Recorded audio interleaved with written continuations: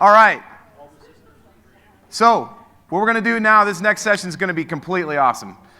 First of all, it's going to be two of my favorite people, not just in the industry, but on the planet Earth, coming up here having a little bit of a fireside chat, talking about, sort of the journey of entrepreneurship, but also giving you guys an insight into really what the future could look like for you, when you build relationships. A little bit like what we've been talking about. Even, I think Rich was talking about that this morning, about the power of building relationships. Really iconic dude coming up next. He's done over $40 million in sales himself, but really sparked and launched the careers of a lot of people that you've probably heard of. So I'm not going to get too much into that. I want to give that honor to Misha. Misha's going to come up here right now, and he's going to conduct this pretty cool interview. You guys are in for a massive treat. I got to tell you, I'm really excited for you, and I'm actually excited to hear what they have to say as well. So let's get it up right now for the man of the hour, Mr. Misha Wilson.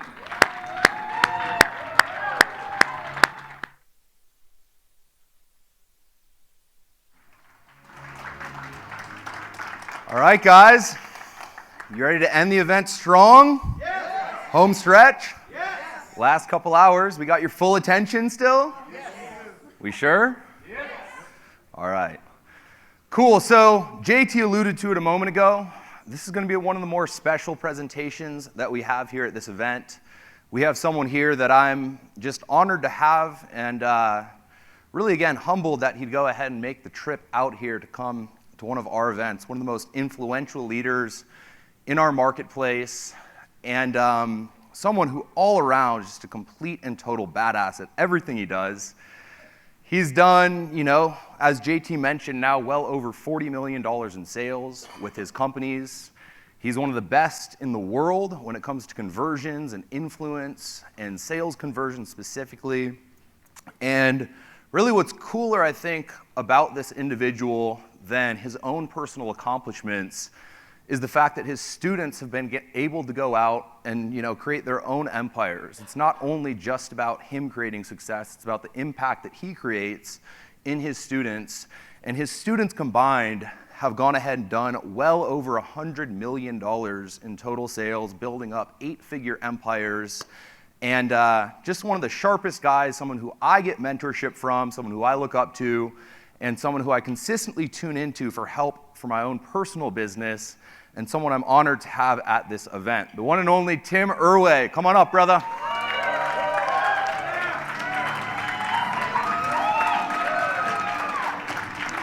Thank you, boss. Where do you want me? Take a seat. Thank you. Hi, everyone. How you doing? Awesome. Awesome. Let's finish strong. I know, right? Hi, guys. I see some familiar faces in the audience. There's a few here. Yeah. Awesome. Well, hey, once again, thank you for coming out, man. It's an honor to have you here. And I mentioned it just kind of a moment ago to everyone. I gave them the 30,000-foot view.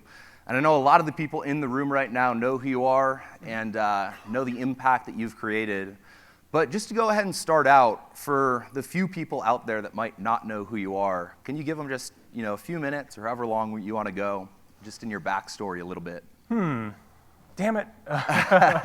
The origin story. The origin story. I will be as succinct as possible. Perfect. So, how many of you, when you were in school, realized that you didn't like structure and didn't like authority and didn't like to be told what to do? All right. So I was the epitome of that. I actually failed pretty much from the 6th grade on. So I didn't know what was wrong with me. I don't think there was such a thing as ADD at that time. And believe it or not, I'm 41.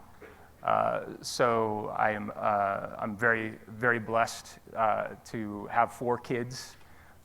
And my oldest is 19. I just found out he's going to jump school for the Army, which is amazing.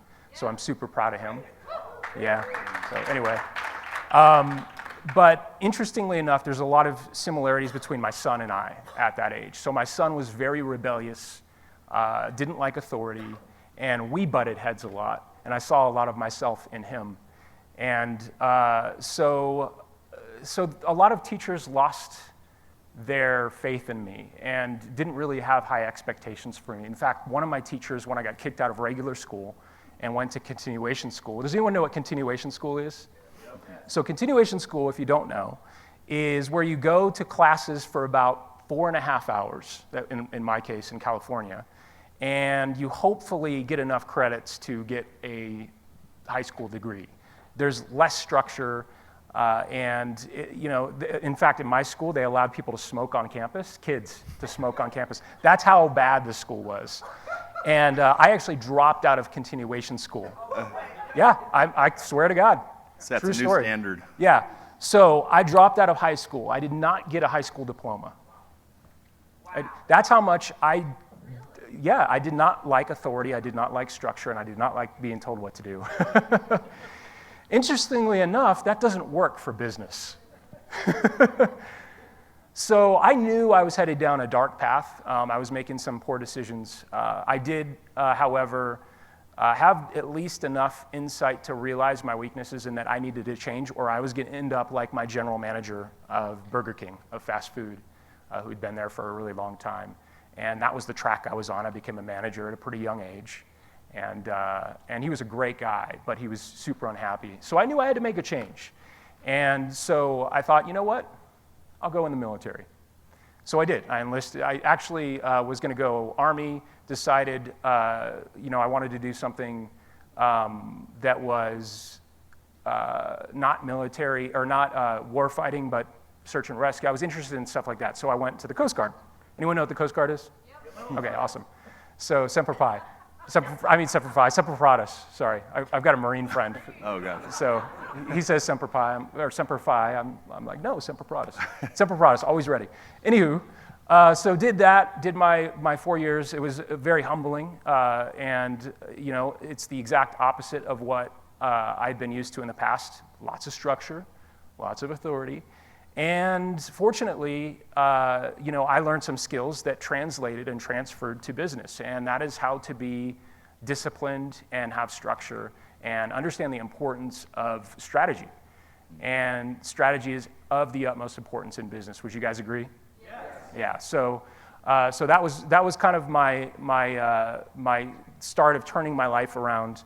Became a firefighter after that. I was a volunteer for a while. Got out of active duty military, was a firefighter. I was the skinniest firefighter in all of Alaska, and probably the slowest to don on all the gear. People used to make fun of me. You had to pass a time limit to getting everything donned to go and fight the fire, and I was just like, when I took my test, I was like barely by the skin of my teeth got by, and everything was so big on me. So it was like, because I was even skinnier. It was ridiculous. So anywho, that was, so went from that to, military, kind of sort of military structure. And I thought, you know what, this still sucks. My time is controlled and owned by somebody else. This is not cool. I want to have control and ownership of my time. So I said, you know what, I'm going to be an entrepreneur. And the seed had been planted before. I did network marketing when I was 16 years old and read Think and Grow Rich. How many people read Think and Grow Rich? Yeah. And and the truth is you can't really think and grow rich. I found that out. You actually have to do something. Sounds good. Yeah, it sounds awesome, right? What the hell happened? I was like, man, I just need to think more. I know. So visualize it. But it totally planted the seed for entrepreneurship for me. And I knew, you know what, if I want real freedom, I have to create that freedom for myself. And the interesting thing that I realized is freedom comes through structure. Freedom comes through discipline. Freedom comes through accountability. It's really weird and counterintuitive, but it's true. And I started affiliate marketing, which all of you are aware of that business model, which is great. It was super fun. I did this number for a little while. It was like, woohoo, success. Yep. Oh shit. What happened? A lot of skinned knees and scrapes and falling down on your face and then getting up and recovering. And Misha knows the journey very well because he's been there as well. And I got to observe some of that, which was kind of fun. So I'm like, oh yeah. Well, thank you. Glad it was fun for you. It was, but what was really fun for me was to see how much faster Misha was at recovering than I was. And how much fast. Can I get water or something from somebody? Yeah. Yeah. Water. A beer? Okay, beer. Yeah, I saw Beer? those beers back there. There we Beer. go. Yeah, let's do a beer. do it. You guys cool if we drink Couple beer in beers? front of you? It's that time of day. Yeah. Okay, shit's about to get real. Oh, there we go. Oh, hey now. So we saw these back there because JT cannot live without beer. This is his fuel. It's what keeps him going. So been I saw him drinking all back there. I'm day. like, oh, I can't wait to get off stage so we can have a beer. It's going to be awesome. And this is even better. So awesome. Yeah. No. Not yet. You do not want us having tequila on stage. Cheers, boss. Cheers. We want to stay fully clothed. And cheers to you guys. Sunday afternoon, you made it. Yep. You're almost at the finish line. It's within sight. Awesome.